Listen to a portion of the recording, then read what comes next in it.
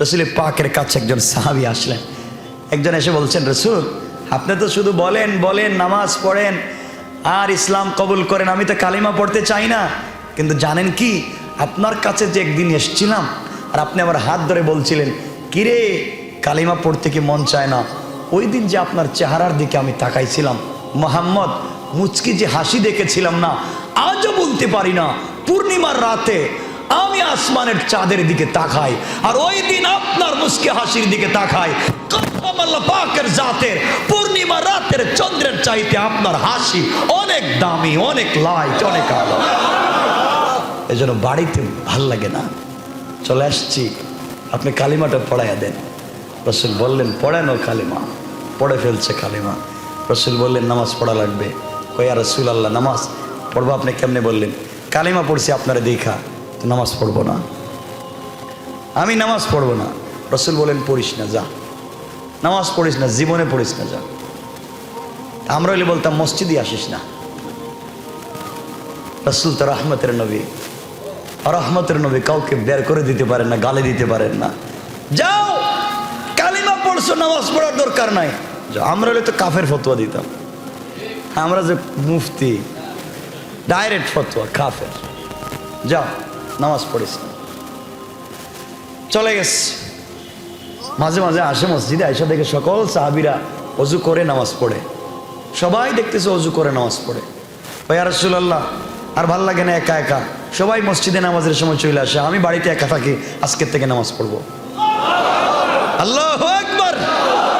এটাই তো লাকাদ কানা লাকুম ফি রাসূলিল্লাহি উসওয়াতুন হাসানাহ। নবীজি বললেন, বাবা নামাজ পড়ো, আপত্তি নাই। আমার আর একটা কথা আছে। কি কথা? আমি অজু করতে পারতাম না। নবীজি বললেন, তাও ঠিক, অজু ছাড়াই নামাজ পড়ো, কোনো আপত্তি নেই। পড়তেছে অজু ছাড়া। আমরা হইলে এদিকে সব মুসল্লির নামাজ নষ্ট করছো বাইরে, ঠিক না? এমন ছিল না আমাদের আদর্শ। এজন্য বলছি না, আপনাকে আল্লাহ বলছেন, ওমা আরসালনাকা ইল্লা মুবাশশিরা, সুসংবাদ দেও। সুসংবাদ গরম হইয়া দিলে কেউ নিবে না। সফট মাইন্ড নিয়ে মানুষকে বোঝাও। তো বললেন অজু ছাড়া নামাজ পড়ো। দীর্ঘদিন নামাজ পড়ছে। একদিন ফজরের সময় এসে দেখে হজরতে আলী নামছে অজু করতে। আমরা দুই হাত কতটুকুন? এতটুকু না? হজরত আলী দুইতেছে এতটুকুন। সুবহানাল্লাহ বললেন না? আমরা তো টাকনু পর্যন্ত দুই, আলী ধরছে হাঁটু পর্যন্ত। জিকায়, ভাই এটা কি করলেন? অজু করলাম। শুনলাম না এতটুকুন, তা আপনি এত বেশি দন কেন? ভাই তুই জানিস না, নবীজির কাছে একদিন বসা ছিলাম, জিবরিল আমিন আসছে, এসে রসুলের পাকের কাছে জানাইয়া দিয়েছে, তার উম্মত যারা অজু করবে কিয়ামতের দিন অজুর জায়গাগুলা নূরের মতো চমকাবে। কিয়ামতের দিন লাইট দিবে, লাইট। তো আমি চিন্তা করলাম এতটুকুন ধুইব কেন, পুরো হাত ধুয়ে ফেলি, তো আমার পুরো হাতটা কিয়ামতের দিন লাইট হয়ে যাবে। আল্লাহু আকবার। এজন্য পুরো হাত ধুই। কই এত পাওয়ার? তাহলে আজকে আমি অজু করতাম না, আমি ডাইরেক্ট গোসল করব, তাহলে আমার পুরো বডি লাইট হয়ে যাবে। আল্লাহু আকবার বললেন না? তাকে বোঝানো লাগে নাই। ভিজা, একবারে ভিজা শরীরে মসজিদে নববীতে রাসূলের সামনে হাজির। কি রে ভিজা কেন? কই আর রাসূলুল্লাহ এতদিন বলছি অজু না, 5 ওয়াক্ত গোসল করো। বলে কেন? আলী বলছে যতটুকুন দোয়া যায় ততটুকুন লাইট হয়। আমার হাত লাইট হবে, আমার বুক হবে না, আমার কাঁধ হবে না, আমার পেট কোমর হবে না। আমি মানতে চাই না, আপনাকে দেখেছি আপনার চেহারাও লাইট, আমি চাই কিয়ামতের দিন আমার বডি হয়ে যাবে পুরাটা লাইট। তার নামই তো দিন। বুঝাইয়া ফেলো তাকে, ইসলামটাকে সহজ করে বুঝাও, পিঠায়া নয়। কারণ আপনি দারোগা না, আগেই বলছি, ইন্নাকা লা তাহদি মান আহবাবতা। আপনি পছন্দ করলেই পারবেন না, আপনি পিঠাবেন না। ওয়ামা আরসালনাকা ইল্লা মুবাশশিরা। কথা বুঝতেছেন? এই যে নামাজকে কাজে লাগায় দাও, নামাজকে কাজে লাগায় দাও। দুটা কথা না বললেই না, নামাজের কথা যেহেতু মনে আসছে। রাসূল পাক তো ইন্তেকালের সময়, আপনারা জানেন, ইন্তেকালের সময় জানেন হুশ চলে যাইতো। তো একদিন হুশ তো চলেই গেল।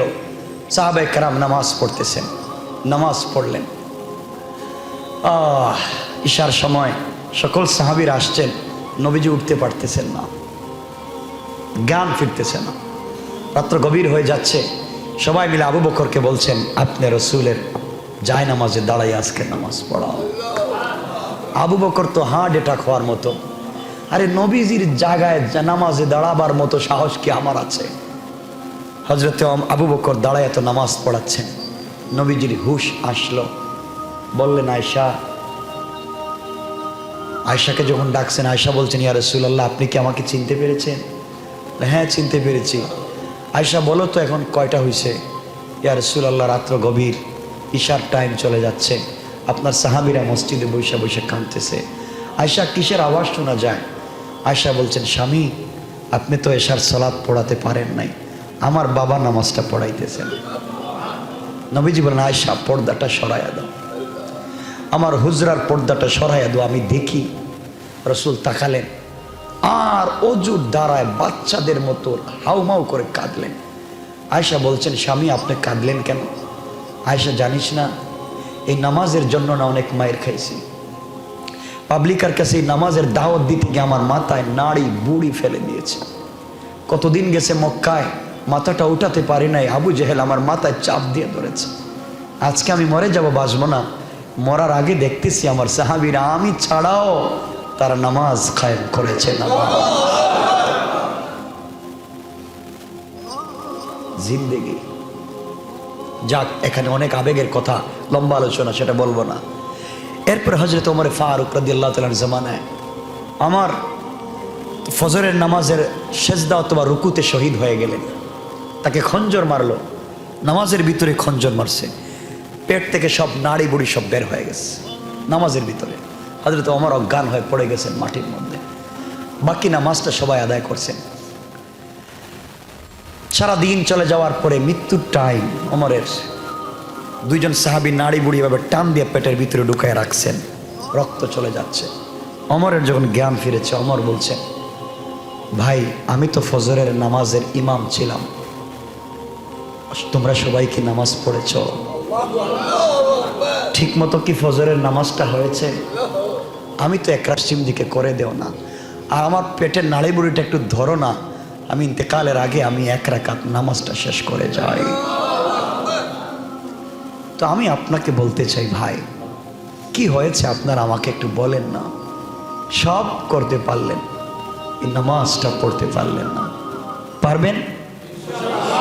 আমাকে না, আল্লাহকে কথা দেন, পারবেন? শোনেন, নামাজ যদি ঠিক হয়ে যায় না, কবরের ভিতরে আপনি বাইচে যাবেন, আপনাকে ফেরেশতারা প্রশ্নই করবে না। এই হাদিস বললে তো অনেক লম্বা করতে চাই না। কিয়ামতের দিনে কবরের ভিতরে যদি আপনি নামাজি হন আর নামাজের জন্য তাড়াহুড়া করেন কবরে, তো আপনি বাইচা গেলেন। আমার মুসলমান বন্ধুগণ, গভীর মনোযোগ। কবরের ভিতরে আপনি যদি নামাজি হন, দুনিয়ায় কবরের ভিতরে আপনাকে যখন রেখে দেওয়া হবে, জোহরের টাইমে রাখলেও কবর থেকে উঠানোর সময় হবে আসর মাগরিবের টাইম।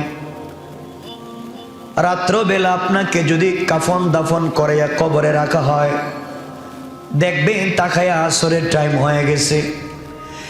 এক কথায় আপনাকে যখনই কবরে শোয়া দেয়া হোক, আপনাকে প্রশ্ন করবার জন্য কবরে যখন আপনাকে হায়াত দেওয়া হবে, জীবন দেওয়া হবে, উঠেই আমি আপনি দেখব কবরের ভিতরে আসর মাগরিবের সময় হয়ে গেছে।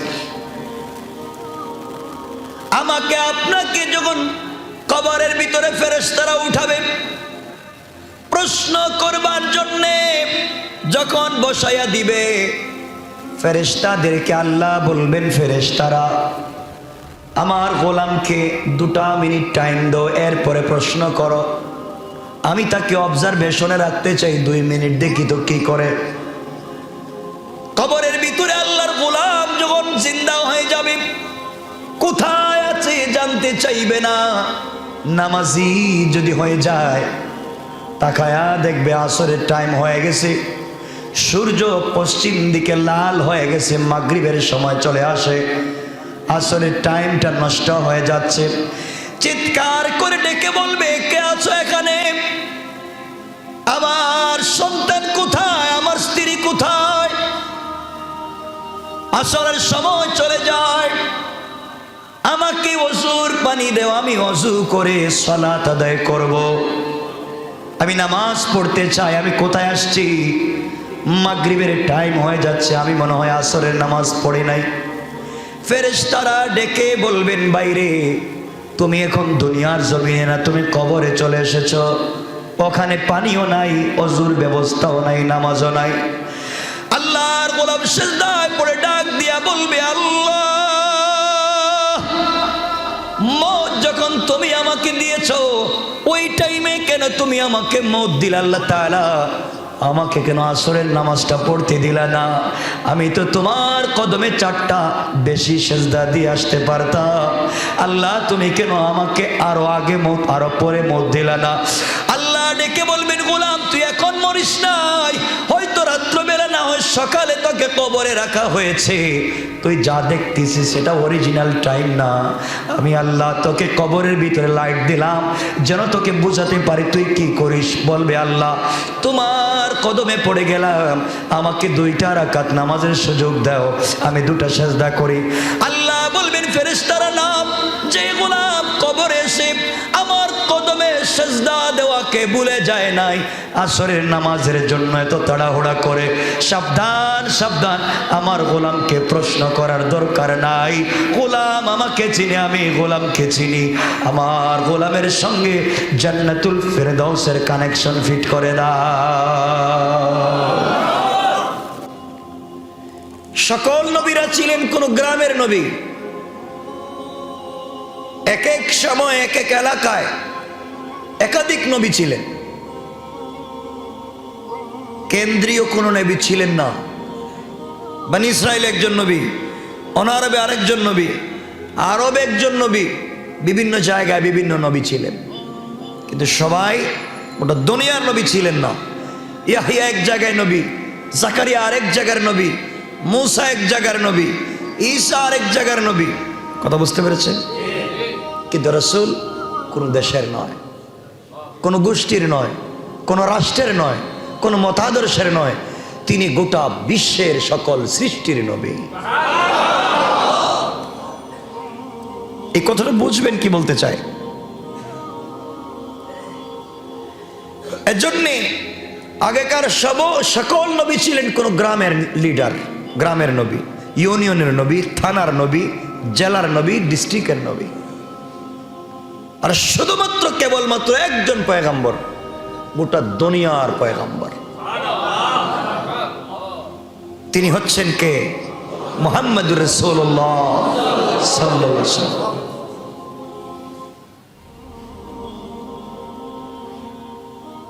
মূসা আলাইহিস সালামের সঙ্গে একবার আল্লাহর কথা হলো, প্রায় ঘন্টা 2 ঘন্টা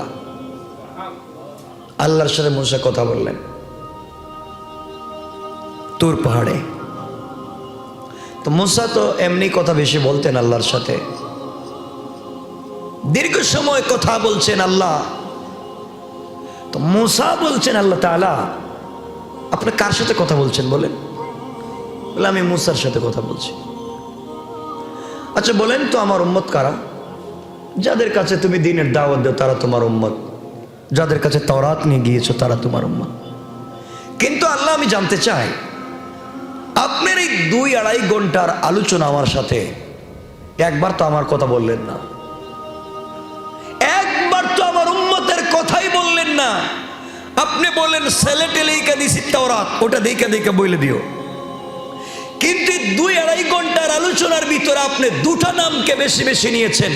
2-2.5 ঘন্টার আলোচনায় যদি আপনি 300 শব্দ ব্যবহার করেন তাহলে 298 বার বলেছেন আহমদ আর মুহাম্মদ। আমি জানতে চাই এই লোকটাকে আমি জানতে চাই, যাকে আপনি বারবার আমাকে পরিচয় দিচ্ছেন আহমদ মুহাম্মদ, লোকটাকে। আমি কথা বলছি আপনার সাথে, আমার তো নামও নিতে পারলেন না। আল্লাহ বলছেন, মূসা তাহলে শোনো, যার দয়ায়, যার কারণে এই গোটা সৃষ্টিকে আমি আল্লাহ সাজিয়ে ডেকোরেশন করে রেখেছি, যার কারণে আমি আল্লাহ আসমান জমিন লৌহ কলমকে ডিজাইন করেছি। মুসা, তুমি জানো না আরশে আসিম থেকে নিয়ে দুনিয়া পর্যন্ত আমার সকল সৃষ্টির দিকে তুমি যদি পরখ করে চোখ মেলে থাকাও, সকল জায়গায় দেখবে আমি আল্লাহর হাতে যত ডিজাইন করা সকল ডিজাইনে আহমদ আর মোহাম্মদ নাম লিখে রেখে দিয়েছি।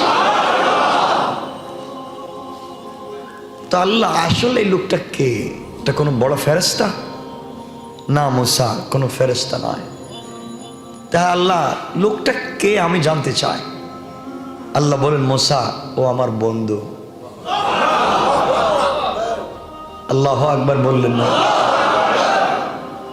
আল্লাহ তোমার বন্ধুটা কই? এখনো দুনিয়ায় যায় নাই, কিন্তু ওর জন্মের আগেই তার সাথে আমার বন্ধুত্ব হয়ে গেছে। মুসা, তুমি জানো না আজকে তুমি আমার সঙ্গে কথা বলতেছ, আমি জানি আমার এই বন্ধুর উম্মত অনেক গুনাহ করবে, কিন্তু মুসা একটা কথা বলে দেই,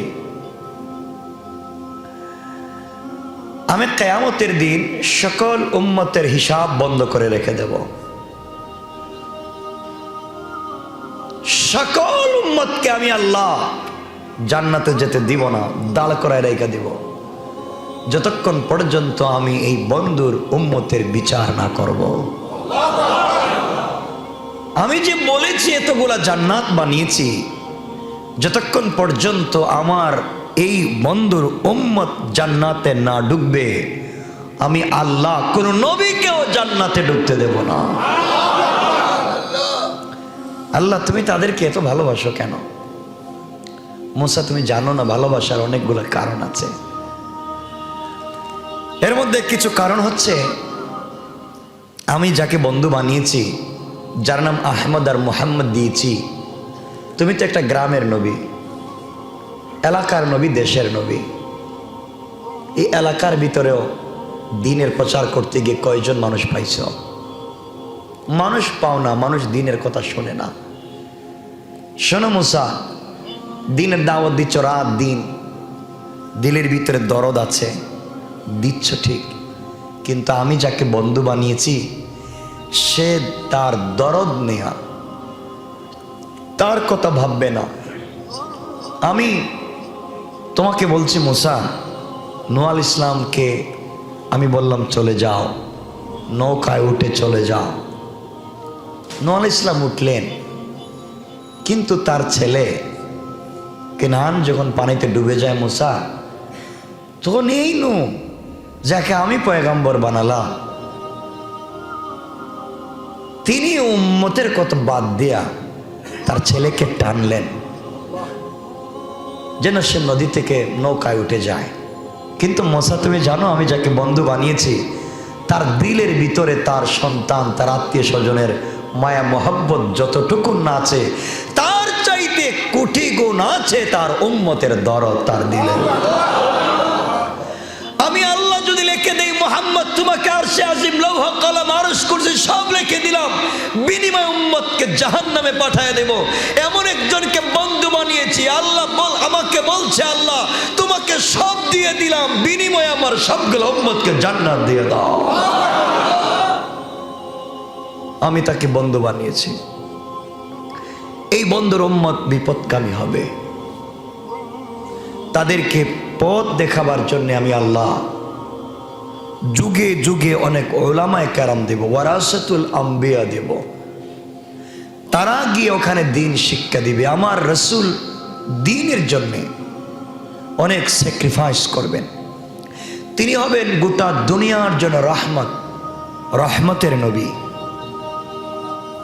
এজন্য আমার রাসূল হচ্ছেন রহমত, কি গোটা সৃষ্টির জন্য রহমত। আজকে সমাজের যে অবস্থা, আমরা যারা মুসলমান দাবি করি, আপনারা বলেন তো এই রাসূলের কোনো চরিত্র আমাদের মধ্যে আছে? সবাই বলেন। আল্লাহ এরপরে বলছেন, মুসা আলাইহিস সালামকে বলছেন, মুসা আমি যাকে বন্ধু বানিয়েছি তুমি জানো না, এই বন্ধু খালিল না, এই বন্ধু হচ্ছে হাবিব। তোমার সাথে বন্ধুত্ব করেছি, বন্ধুত্ব করে দেখছো তোমাকে কেমনে পিঠা দেওয়াইলাম, তোমাকে কেমনে নদী পার করাইতে গিয়ে তোমার পিছনে ফেরাউন লাগাইয়া দিলাম, কত কিছু তোমার সাথে করছি। কারণ মুসা জানো, তোমাকে যে বনি ইসরাইলি দিয়েছি, রাত দিন দাওয়াত দাও, রাত দিন কথা বলো, ওরা শুনে না। আজকে একটা বলে কালকে মিথ্যা কথা বলে, আজ একটা বলে কাল আর একটা বলে। কিন্তু আমার নবী জানো, এটা একবারে চুম্বকের মতো লাইগা থাকবে, লাইগা থাকবে, উম্মতকে নাজাত দেওয়ার জন্য লেগে থাকবে।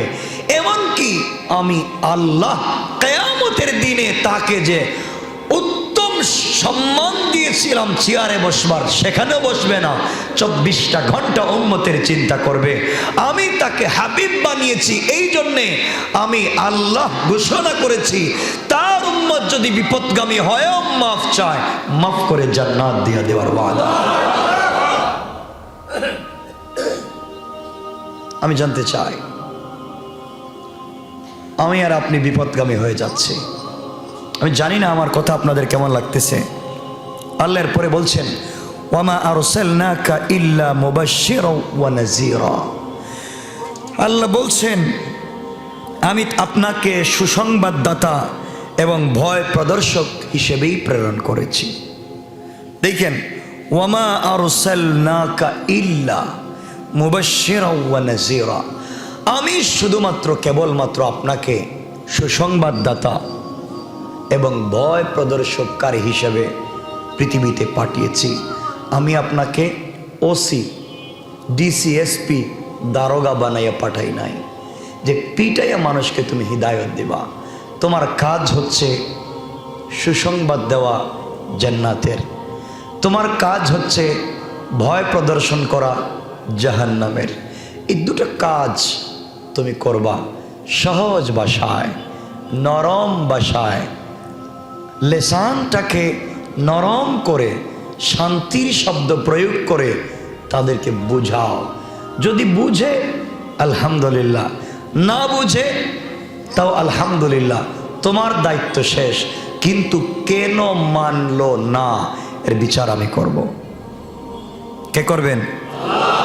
সবাই বলেন আল্লাহ বিচার করবেন। এজন্যে আল্লাহ এর পরে বলছেন, একটু দূরে গিয়ে বলছেন, কুল, হে নবী আপনি বলেন, আমিনু বিহি আও লা তুমিনু। কথাগুলো বুঝবেন। আল্লাহ রাব্বুল ইজ্জত ওয়াল জালাল বললেন, তোমরা ঈমান আনো অথবা না আনো, ইন্নাল্লাযীনা উতুল ইলমা মিন ক্বাবলি। আল্লাহ রাব্বুল ইজ্জত ওয়াল জালাল বুঝালেন, কুল উদউল্লাহ আও উদউর রহমান, তোমরা ঈমান আনো অথবা না আনো, আমাকে আল্লাহ নামে ডাকো অথবা রহমান নামে ডাকো, তোমাদের কাছে যেই নামটা ভালো লাগে একটা বার আমাকে ডাকো। ভুল করে ফেলেছ, জাহান্নামের পথে চলে গিয়েছ, এগুলো বাদ দিয়ে দাও, গান বাজনা বাদ দিয়ে দাও। আমি আল্লাহর কাছে একবার কান্না করে আমি আল্লাহকে ডাকো। আমি আল্লাহ কথা দিলাম, গোলাম তোকে আমি আল্লাহ বলছি, সাথে সাথে তোর গুনাহ মাফ করে দেব। কিন্তু একটা কথা মনে রাখবি, আল্লাহর পরে বলছেন, আমার দুঃখ হয় এই জায়গায়, বাল আতাইনাহুম বিল হাক্কি ওয়া ইন্নাহুম লাকাযিবুন, আমি তাদের কাছে সত্য পাঠালাম যে গান হারাম, বাজনা হারাম, অশ্লীলতা হারাম, গুনার কাজ হারাম, বলেন নাই আল্লাহ? কিন্তু আল্লাহ বলছেন ওয়া ইন্নাহুম লাকাযিবুন, কিন্তু তারা তো মিথ্যাবাদী। তারা কি মিথ্যাবাদী? কাদেরকে বলছেন? কাদেরকে বলছেন? ওয়া ইন্নাহুম লাকাযিবুন, তোমরা নামাজ পড়ো ঈশা, তো আমাকে মানলা, নামাজে ঈশা আমাকে আল্লাহ ডাকতেছ অথবা রহমান নামে ডাকতেছ, কিন্তু মসজিদ থেকে বের হওয়ার পরে তোমরা যে ডেক সেট লাগাইয়ে গান বাজাচ্ছ ওই জায়গায় তো তোমরা আমি আল্লাহর নাম নাই, তাহলে ওয়া ইন্নাহুম লাকাযিবুন, তোমরা মসজিদে এসে যে আমাকে আল্লাহ রহমান বলেছিলে তোমরা মিথ্যাবাদী, তোমরা মিথ্যা বলেছ। মিথ্যা বললে মসজিদ আল্লাহ বলছে তো মসজিদে বাইরে নাই কেন? আমি বলছি, কে বলছেন? আল্লাহ। তোরা মসজিদে এসে বলছো আমি আল্লাহ, আমি রহমান, মসজিদ থেকে বের হয়ে এটাকে আর মানলে না। আল্লাহ আফসোস করে বলছেন ওয়া ইন্নাহুম লাকাযিবুন, তোমরা মিথ্যুক। আল্লাহ যদি কাউকে মিথ্যুক বলেন, আপনারা বলেন তো এই লোকটা জান্নাতে যাওয়ার কোনো সুযোগ আছে? নাই। সুতরাং আমাদের কাজ হচ্ছে জীবনে যত কাজ করি সকল কাজের মাধ্যমে আমরা চাই আল্লাহকে খুশি করা, এটা না? আমাদের উদ্দেশ্যটা কি বলেন? আল্লাহকে খুশি রাখা, আল্লাহকে সন্তুষ্ট রাখা। আচ্ছা, আপনাদেরকে আমি এভাবেই জিজ্ঞাসা করি, চুরি করলে আল্লাহ খুশি হন? জেনা করলে? মিথ্যা কথা বললে? গীবত শিকায়ত করলে আল্লাহ খুশি হন? গান বাজালে? আপনাদের বলা লাগবে, গান বাদ্য যেগুলা যন্ত্র এগুলো বাজাইয়া, ট্যাক্সেট বাজাইয়া নারী পুরুষ একত্রিত হইয়া ড্যান্স করা, নাচানাচি করা, এর মাধ্যমে আল্লাহ খুশি হন? খুশি হয় কে? শয়তান। কারণ আপনারা আমাকে বলেন তো, আপনাদের জানা মতে কোনোদিন আমাদের এই পুরান ঢাকায় এই সাকরাইনে শয়তান আইসা গান বাজনা বাজাইছে? আপনারা শুনছেন কোনোদিন? শুনেন নাই? শুনছেন? গুড্ডি উড়াও, উড়াইয়া তুমি নিজে উড়ে যাও গা, আপত্তি নাই। শয়তান আল্লাহরে বলছে আল্লাহ আমার অপরাধটা এমন কি অপরাধ করছিলাম তুমি আমারে বানাইলা শয়তান? আমি তো কোনোদিন ছেলে মেয়েদেরকে নাচানাচি করি নাই। করছেনি কোনোদিন? আমি তো কোনোদিন আল্লাহ দেশের কোটি কোটি টাকা বিদেশে পাচার করি নাই। আমি তো রাস্তাঘাট কালবার্ডের টাকা মাইরে খাই নাই। বাংলাদেশে এমন ব্রিজ পাওয়া যায়, এদিকে বানাইছে তো ওদিকে ভাঙে গেছে। উদ্বোধনের দিন মন্ত্রী গেছে উদ্বোধন করতে গিয়া কই ব্রিজ না বানাইছে, সার ভাঙে গেছে গা কালকে। ঠিক বললাম না?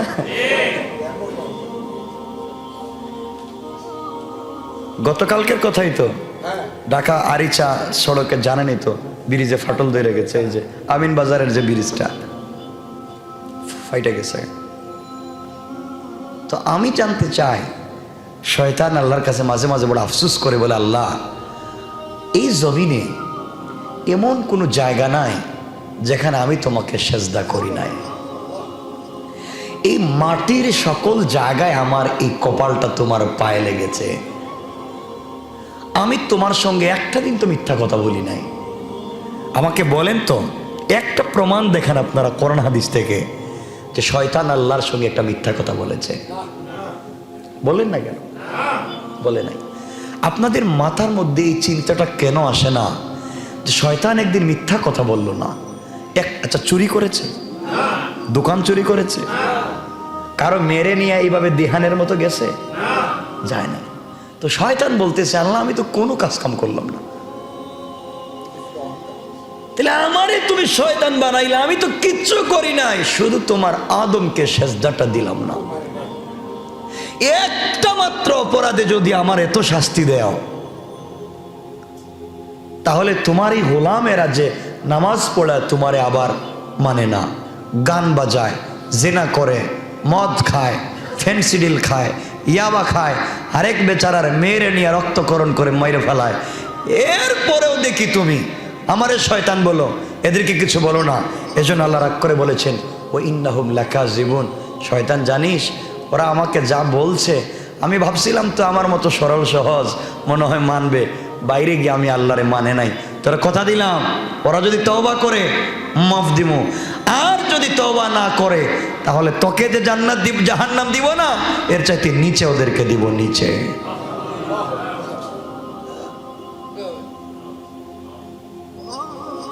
কারণ আপন মানুষ যদি দুঃখ দেয় কষ্ট কম লাগে, আপনার ঠান্ডা লাগতেছে আপনাদের? আরে আমি যে মাইন্ড নিয়ে কথা বলেছি, মাইন্ড নিয়ে কথা বলার কথা না। বুঝাইতে বুঝাইতে আমার লাঞ্চ যদি বাস্ট মেরে, আমার কিডনি হার্ট অ্যাটাক যদি এখানে করে ফেলি ওয়াশ করতে করতে, আমার মনে হয় না আপনাদেরকে আমি বোঝাতে পারবো। আমি 4 মাস থেকে আপনাদেরকে শুধু আল্লাহর পরিচয় দিচ্ছিলাম। 4 মাস একটা না, আল্লাহকে কেমন ব্যবহার করবেন আমাদের সাথে।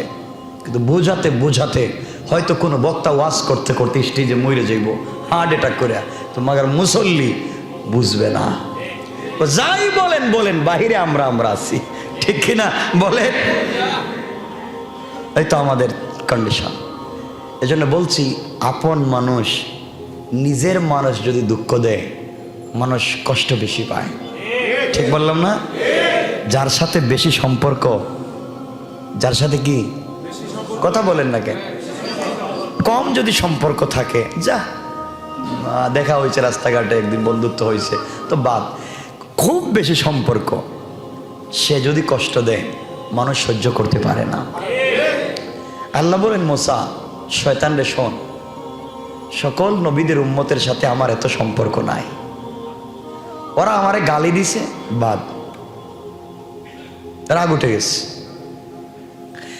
যাদের সাথে কম সম্পর্ক, এরা যদি কোনো সময় গালি দেয়, রাগ করে, উল্টাপাল্টা করতে চায়, আমরাও প্রিপারেশন নেই, ওকে যেখানে পাবো সাইজ করব, ঠিক না?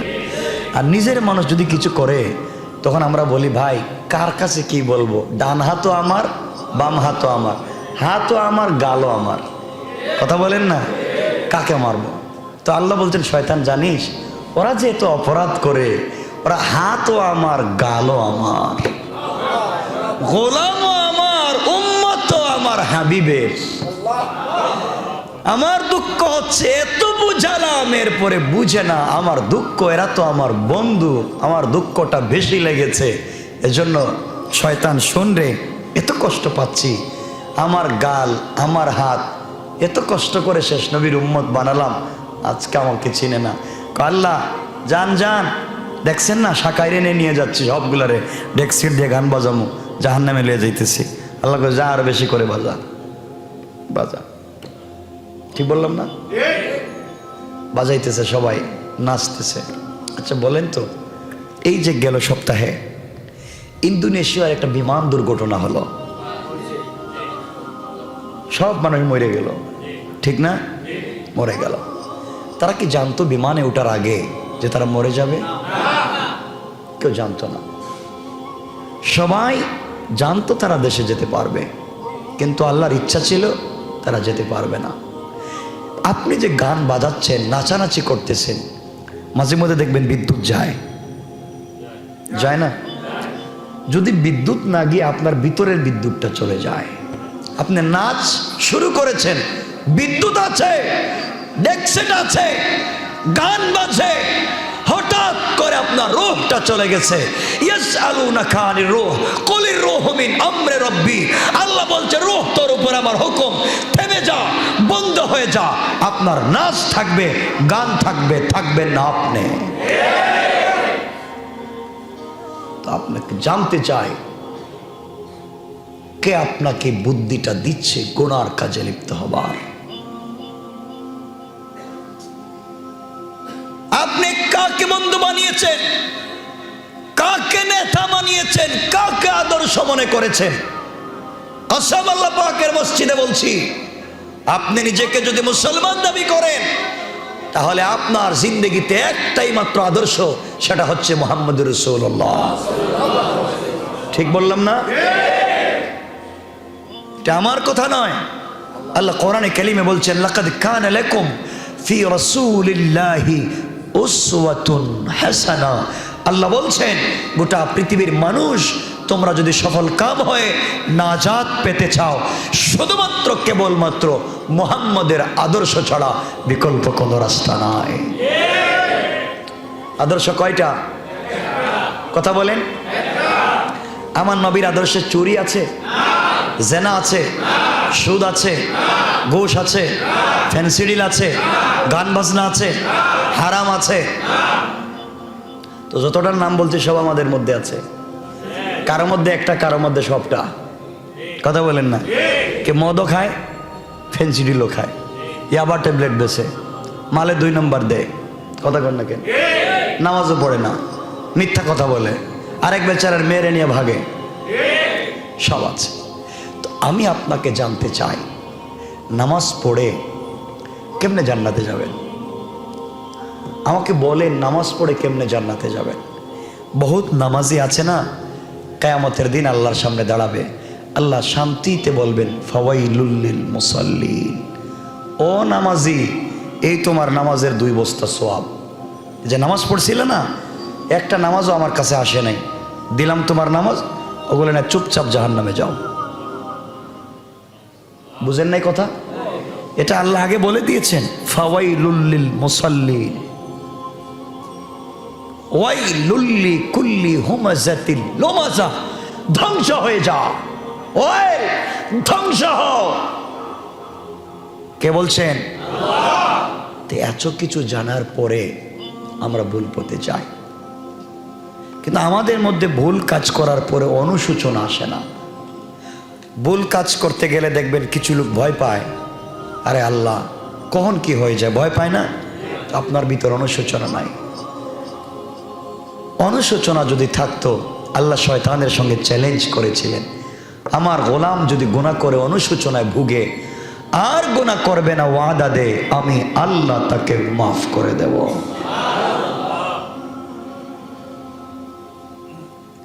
আমি জানতে চাই, আল্লাহ রাগ করে বলেছেন ও ইন্নাহুম লাকাযিবুন, এরা মিথ্যাবাদী। এরা কি?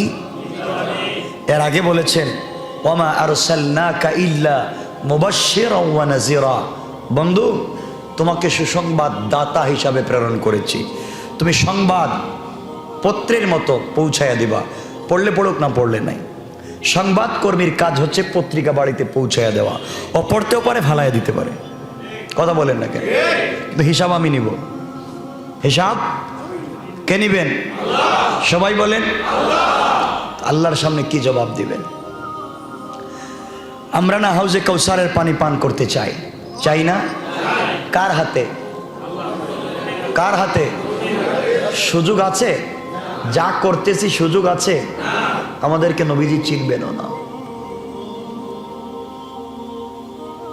এই জন্যে যারা মসজিদে এসেছেন, আল্লাহর ওয়াস্তে বলেন যা মন চায় করেন, গান বাজনা করবেন না। যুবক যারা আছো, যুবক তরুণ আমার মতো বডিতে যৌবন আছে, আরে তুমি জানো না, তুমি জানো না, তোমার মতো কত মানুষই বাংলাদেশে আছে, তারও ঠুট আছে, আমারও ঠুট আছে। আমি ঠুট নাড়ালে আওয়াজ হয়, সে ঠুট নাড়ালে আওয়াজ হয় না। বাংলাদেশে কত লোক আছে আমার মতো, আমি তাকাইলে চোখ দিয়ে দেখি, সেও তাকায় কিন্তু দেখে না। কথা ঠিক বললাম না? তুমি কেমনে সে আল্লাহকে ভুলে বসে আছো? নিমক হারামের মতো কেন বসে আছো? এখনো তোমার মধ্যে অনুশোচনা আসে না? জাহান্নাম থেকে বাঁচবার ভয় নেই? এই দুনিয়াটা হচ্ছে পরীক্ষার জায়গা। দুনিয়াটা কিসের জায়গা? শোনেন, কিয়ামতের দিনে আল্লাহ যখন সবাই মরে যাবে, তখন আল্লাহ আজরাইলকে বলবেন, আজরাইল কে কে বাকি আছে? আল্লাহ জমিনের সব মাইরা ফেলাইছি, জমিনে এখন আর কেউ নাই, শুধু আপনি, আমি আর 12 জন ফেরেশতা, আর আসমানের মধ্যে কিছু ফেরেশতা আছে, আর কেউ নাই। আপনারা মনে করতেছেন আসমান মনে হয় খালি, 2 আঙ্গুল জায়গা আসমানে বাকি নাই, পুরো আসমান আল্লাহ ফেরেশতাদেরকে দিয়ে ভরে রেখে দিয়েছেন। লৌহে মাহফুজে কোরআন ছিল, বাইতুল মামুর আছে বাইতুল্লাহর উপরে, এখানে ফেরেশতারা তওয়াফ করেন।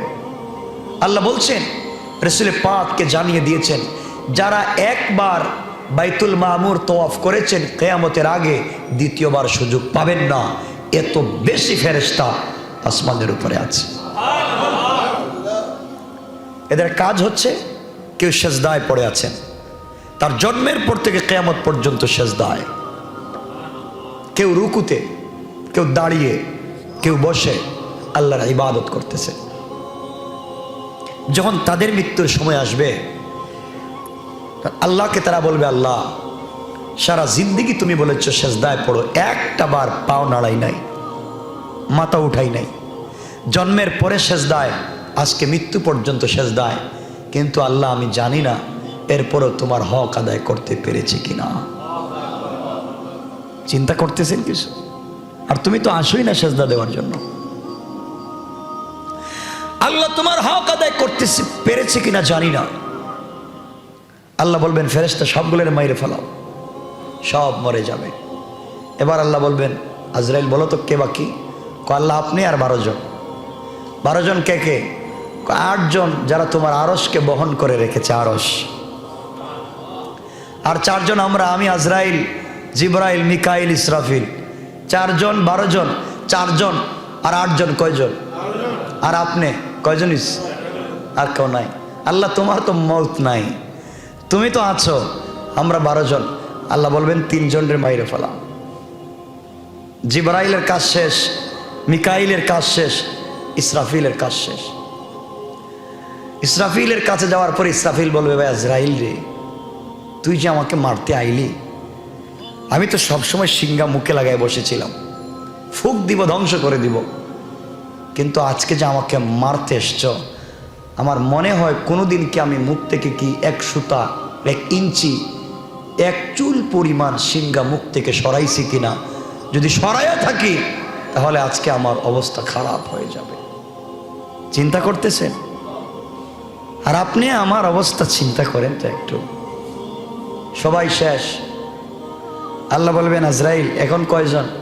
আল্লাহ 8 জন আর আমি 1 জন। এদেরকেও মেরে ফেলো, আর সে আজিমের দরকার নাই, সব মেরে ফেলো, সবাইকে মারা হবে। আল্লাহ বলবেন এবার কে আছে? আপনি আর আমি। আল্লাহ বলবেন আজরাইল আমি তোমাকে মারব না, গোটা দুনিয়ার সৃষ্টির প্রাণ তুমি নিয়ে এসেছ, তোমার প্রাণটা তুমি বাইর করে দাও। তোমার নিজের প্রাণ তুমি বের করে দাও। আজরাইল চিৎকার করে কাঁদবেন আর বলবেন আল্লাহ আমি যদি জানতাম মৌত এত কঠিন, আমি যদি 1 কোটি বাঘের 1 বাঘ জানতাম মৌত এত কঠিন, তাহলে পৃথিবীর মানুষকে এত কষ্ট দিতাম না। মৌত কোন জিনিস এখন আমি বুঝতেছি। পাবলিককে তো মারছি, কিছু জানি না ওরা কতটুকুন কষ্ট পাইলো আর না পাইলো। এখন আমি জানি আল্লাহ আমি নিজের জানটা কেমনে তোমাকে বের করে দেই। কথা কিছু বুঝতেছেন? এই দিনটা সবার আসবে না? আসবে না? মৌত সবার আসবে না? আসবে। লম্বা কথা বলছি না, মনে রাখবেন অনেক লোকের দেখবেন মৃত্যুর সময় আল্লাহ না করুক ঠুক বাঁকা হয়ে গেছে, পানি পড়ে মুখ দিয়া, পড়ে না? চোখ উল্টে যায়, জিহ্বা বের হয়ে যায়, শ্বাস এত বেশি নেয় পুরা বডি কাঁপে, ঠিক না? আজরাইলকে যখন অরিজিনাল সুরত দেখে তখন আর তার মাথা ঠিক থাকে না, ভয় পেয়ে যায়। কিছু মানুষ আছে দেখবেন মৃত্যুর সময় প্রস্রাব পায়খানা করে দেয়। কথা বলেন না? আপনি শুধু জানলেন, আপনি শুধু দেখলেন, এখান থেকে কোনো ইবরত হাসিল করলেন না, আপনি বুঝতে পারলেন না যে আমার মৌতের সময় কি হবে। আর কত যুবক তোমার মতো ভাই মারা যায় রাস্তায়, রোড অ্যাক্সিডেন্ট করে মোটর সাইকেলে, তার হাত পা খুলি, তার মাথার মগজ পর্যন্ত কুকুর খায়। ঠিক বললাম না? রাস্তায় লাশ পড়ে থাকে, কেউ নিয়ে যায় না, কেউ নিয়ে যায় না। আমরা আল্লাহর কাছে চাই তো এমন মৌত চাই? এমন মৌত চাই? চাই না। এজন্য ভাই তোমার ভিতরে একটু ভয়টা ঢুকাও, কবরের ভয়টা ঢুকাও। তুমি জানো কবর এমন এক জায়গা, এমন এক জায়গার নাম কবর। তুমি একটু চক্ষু বন্ধ করে দেখো না, আজকে যে আমি এখন মরে গেছি, আমাকে গোসল করানো হচ্ছে, চিন্তা করো। আমার আত্মীয় স্বজন আমার জন্য কাঁদতেছে, আমার বাচ্চাটা আমার পাশে বসে বসে কাঁদতেছে, সবগুলো বোয়া, সব বোয়া। তুই কাঁদবে কেন? আমি মরে গেছি, তুই তো আমাকে বলবে, সাপোর্ট দিবে যে কবরে আমি সাথে আছি, কাঁদ দিব না। এখন তো আমি মরে গেছি, আমি কবরে যাব, তো আমাকে কেঁদে কেঁদে আমার কোনো উপকার হবে? কথা বলেন সব। আমি যদি মইরা গেলাম, আপনারা সবাই এখানে বসে কাঁদলেন, আমার কি হইল? আমি তো সমস্যা আছি কবরে। মাটির উপরে কেঁদে লাভ নয়, কবরে গিয়ে কাঁদতে পারবেন? কথা বলেন না কেন? পারবেন না। এই জন্য দুইটা হাত জোর করে দিলাম, আল্লাহর ওয়াস্তে গান বাজনা বাদ দেন, নামাজে আসেন, নামাজি হয়ে যান।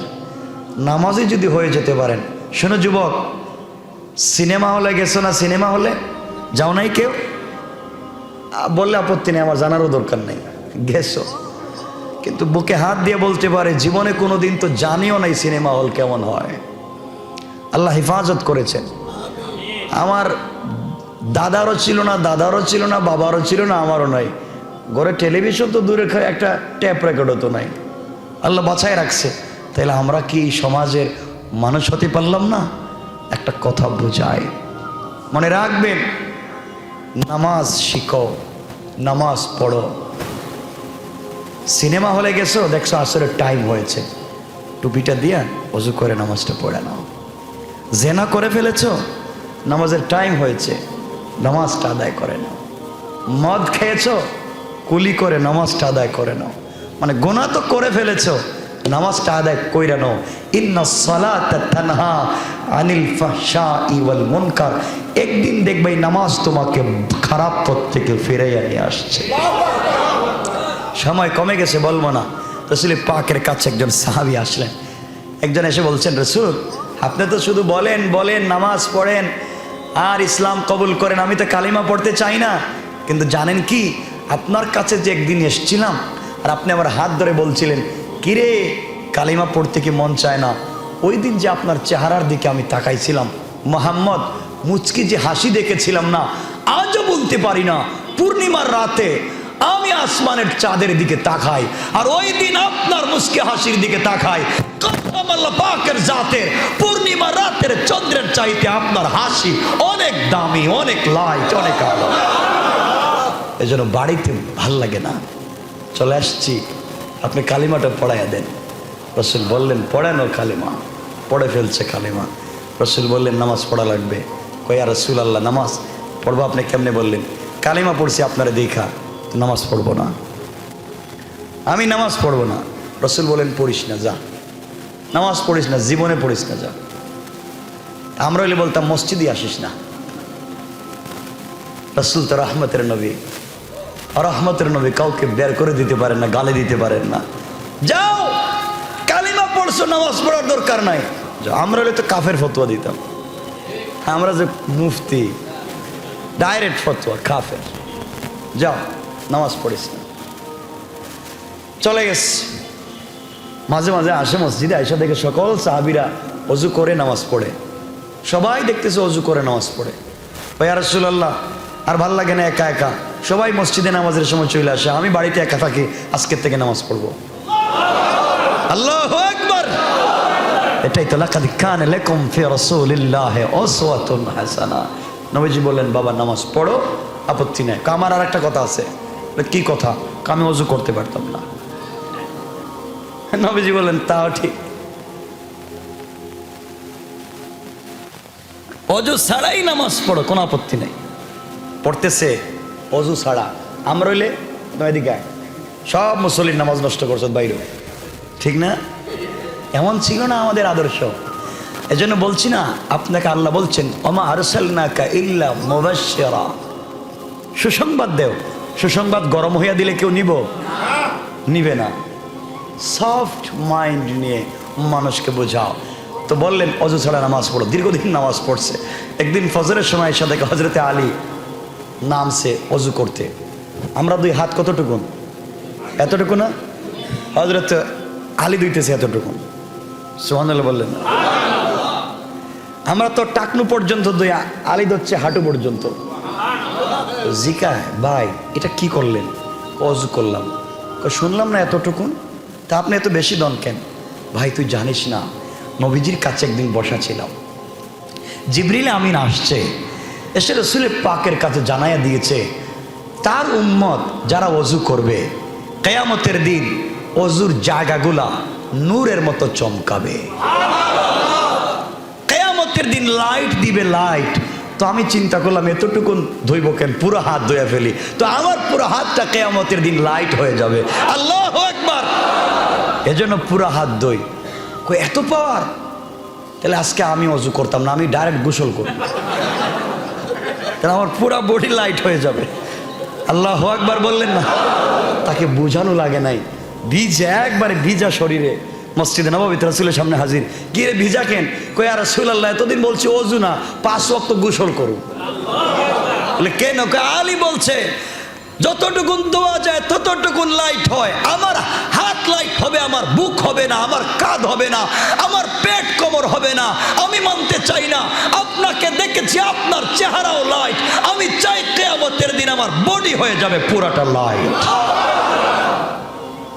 তার নামই তো দিন।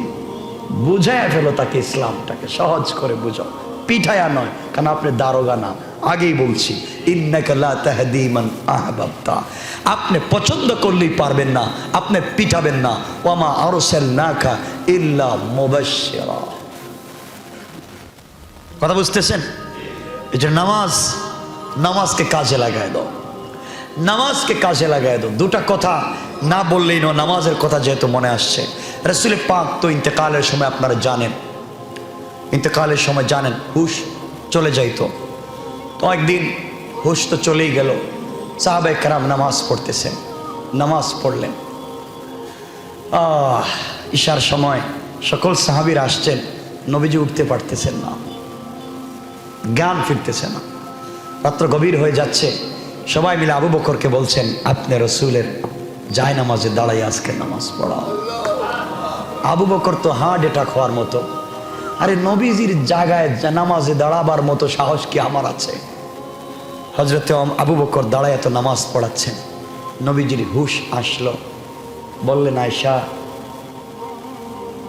আয়েশাকে যখন ডাকছেন, আয়েশা বলছেন, ইয়া রাসূলুল্লাহ আপনি কি আমাকে চিনতে পেরেছেন? হ্যাঁ চিনতে পেরেছি। আয়েশা বলো তো এখন কয়টা হয়েছে? ইয়া রাসূলুল্লাহ রাত্র গভীর, ঈশার টাইম চলে যাচ্ছে, আপনার সাহাবীরা মসজিদে বৈশা বৈশা কাঁদতেছে। আয়েশা কিসের আওয়াজ শোনা যায়? আয়েশা বলছেন, স্বামী আপনি তো এশার সালাত পড়াতে পারেন নাই, আমার বাবা নামাজটা পড়াইতেছেন। নবীজি বলেন, আয়েশা পর্দাটা সরাইয়া দাও, আমার হুজরার পর্দাটা সরাইয়া দাও, আমি দেখি। রাসূল তাকালেন, আর অজুর দ্বারায় বাচ্চাদের মতো হাউমাউ করে কাঁদলেন। আয়েশা বলছেন, স্বামী আপনি কাঁদলেন কেন? আয়েশা জানিস না এই নামাজের জন্য না অনেক মায়ের খাইছি, পাবলিকার কাছে এই নামাজের দাওয়াত দিতে গিয়ে আমার মাথায় নাড়ি বুড়ি ফেলে দিয়েছে। কতদিন গেছে মক্কায়, মাথাটা উঠাতে পারি নাই, আবু জেহেল আমার মাথায় চাপ দিয়ে ধরেছে। আজকে আমি মরে যাব, বাঁচবো না, মরার আগে দেখতেছি আমার সাহাবীরা আমি ছাড়াও তারা নামাজ কায়েম করেছে। জিন্দেগি যাক, এখানে অনেক আবেগের কথা, লম্বা আলোচনা, সেটা বলবো না। এরপর হযরত ওমর ফারুক রাদিয়াল্লাহু তাআলার জামানায় আমার ফজরের নামাজের সেজদা অথবা রুকুতে শহীদ হয়ে গেলেন, তাকে খঞ্জর মারলো, নামাজের ভিতরে খঞ্জর মারছে, পেট থেকে সব নাড়ি বুড়ি সব বের হয়ে গেছে নামাজের ভিতরে। হযরত ওমর অজ্ঞান হয়ে পড়ে গেছেন মাটির মধ্যে। বাকি নামাজটা সবাই আদায় করছেন। সারা দিন চলে যাওয়ার পরে মৃত্যুর টাইম, ওমরের দুইজন সাহাবী নাড়ি বুড়ি ভাবে টান দিয়ে পেটের ভিতরে ঢুকায় রাখছেন, রক্ত চলে যাচ্ছে। ওমরের যখন জ্ঞান ফিরেছে, ওমর বলছেন, ভাই আমি তো ফজরের নামাজের ইমাম ছিলাম, তোমরা সবাই কি নামাজ পড়েছ? ঠিক মতো কি ফজরের নামাজটা হয়েছে? আমি তো একরাশ দিকে করে দেও না, আর আমার পেটের নাড়ি বুড়িটা একটু ধরো না, আমি ইন্তেকালের আগে আমি এক রাকাত নামাজটা শেষ করে যাই। তো আমি আপনাকে বলতে চাই ভাই, কি হয়েছে আপনার আমাকে একটু বলেন না। সব করতে পারলেন, এই নামাজটা পড়তে পারলেন না। পারবেন? আমাকে না, আল্লাহকে কথা দেন পারবেন। শোনেন, নামাজ যদি ঠিক হয়ে যায় না, কবরের ভিতরে আপনি বাইচে যাবেন, আপনাকে ফেরেশতারা প্রশ্নই করবে না। এই হাদিস বললে তো অনেক লম্বা, আর লম্বা করতে চাই না। কিয়ামতের দিনে কবরের ভিতরে যদি আপনি নামাজি হন আর নামাজের জন্য তাড়াহুড়া করেন কবরে, তো আপনি বাইচা গেলেন। আমার মুসলমান বন্ধুগণ, গভীর মনোযোগ।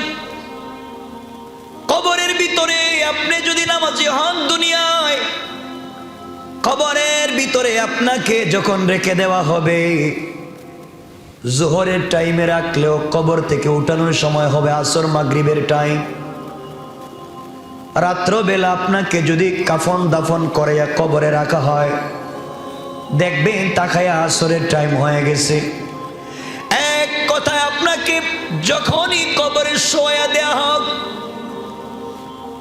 আপনাকে প্রশ্ন করবার জন্য কবরে যখন আপনাকে হায়াত দেওয়া হবে, জীবন দেওয়া হবে, উঠেই আমি আপনি দেখব কবরের ভিতরে আসর মাগরিবের সময় হয়ে গেছে। আমাকে আপনাকে যখন কবরের ভিতরে ফেরেশতারা উঠাবে প্রশ্ন করবার জন্য, যখন বসায়া দিবে, ফেরেশতাদেরকে আল্লাহ বলবেন, ফেরেশতারা আমার গোলামকে 2 মিনিট টাইম দাও, এরপরে প্রশ্ন করো। আমি তাকে অবজারভেশনে রাখতে চাই 2 মিনিট, দেখি তো কি করে। কবরের ভিতরে আল্লাহর গোলাম যখন জিন্দা হয়ে যাবে, কোথায় আছে জানতে চাইবে না। নামাজি যদি হয়ে যায়, তাকায়া দেখবে আসরের টাইম হয়ে গেছে, সূর্য পশ্চিম দিকে লাল হয়ে গেছে, মাগরিবের সময় চলে আসে, আসরের টাইমটা নষ্ট হয়ে যাচ্ছে। চিৎকার করে ডেকে বলবে, কে আছো এখানে? আমার সন্তান কোথায়? আমার স্ত্রী কোথায়? আসরের সময় চলে যায়, আমাকে ওযুর পানি দেও, আমি ওযু করে সালাত আদায় করব। আমি নামাজ পড়তে চাই। আমি কোথায় আসছি? মাগরিবের টাইম হয়ে যাচ্ছে, আমি মনে হয় আসরের নামাজ পড়ি নাই। ফেরেশতারা ডেকে বলবেন, বাইরে, তুমি এখন দুনিয়ার জমিনে না, তুমি কবরে চলে এসেছো। ওখানে পানিও নাই, ওযুর ব্যবস্থাও নাই, নামাজও নাই। আল্লাহর গোলাম সিজদায় পড়ে ডাক দিয়া বলবে, আল্লাহ, মওত যখন তুমি আমাকে দিয়েছো, ওই টাইমে কেন তুমি আমাকে মওত দিলা? আল্লাহ তাআলা, আমাকে কেন আসরের নামাজটা পড়তে দিলা না? আমি তো তোমার কদমে 4টা বেশি সেজদা দিয়ে আসতে পারতাম। আল্লাহ, তুমি কেন আমাকে আরো আগে মওত, আরো পরে মওত দিলা না? আল্লাহ ডেকে বলবেন, গোলাম, তুই এখন মরিস নাই, হয়তো রাত্রবেলা না হয় সকালে তোকে কবরে রাখা হয়েছে। তুই যা দেখতেছিস সেটা অরিজিনাল টাইম না। আমি আল্লাহ তোকে কবরের ভিতরে লাইট দিলাম যেন তোকে বোঝাতে পারি তুই কি করিস। বলবে, আল্লাহ, তোমার কদমে পড়ে গেলাম, আমাকে 2টা রাকাত নামাজের সুযোগ দাও, আমি 2টা সেজদা করি। আল্লাহ বলবেন, ফেরেশতারা নাম, যে গোলাম কবরে এসে আমার কদমে সেজদা দেওয়াকে ভুলে যায় নাই, আসরের নামাজের জন্য এত তাড়াহুড়া করে, সাবধান সাবধান, আমার গোলামকে প্রশ্ন করার দরকার নাই। গোলাম আমাকে চিনে, আমি গোলামকে চিনি। আমার গোলামের সঙ্গে জান্নাতুল ফেরদাউসের কানেকশন ফিট করে দাও, নামাজি হয়ে যাও। পারবো তো ইনশাআল্লাহ? আল্লাহ আমাদের কবুল করো, আমিন। সবাই বলেন আমিন। এখানে রেখে দিলাম। আজকে তাফসীর হবে তো ইনশাআল্লাহ? সবাই আসবেন তো ইনশাআল্লাহ? সবাই আসবেন তো ইনশাআল্লাহ? তাফসীর হবে বাদে 7:30টায় ইশার জামাত হয়, আমরা সকলেই তাফসীরে আসবো ইনশাআল্লাহ। অনেকে দোয়া চেয়েছেন, মৃত বিউটি আক্তারও নিয়ে যেতে চান। ঠিক আছে না ইনশাআল্লাহ? আমার জন্য দোয়া চাই। আমিও একটু পেরেশানিতে আছি। কথা হচ্ছে দুনিয়া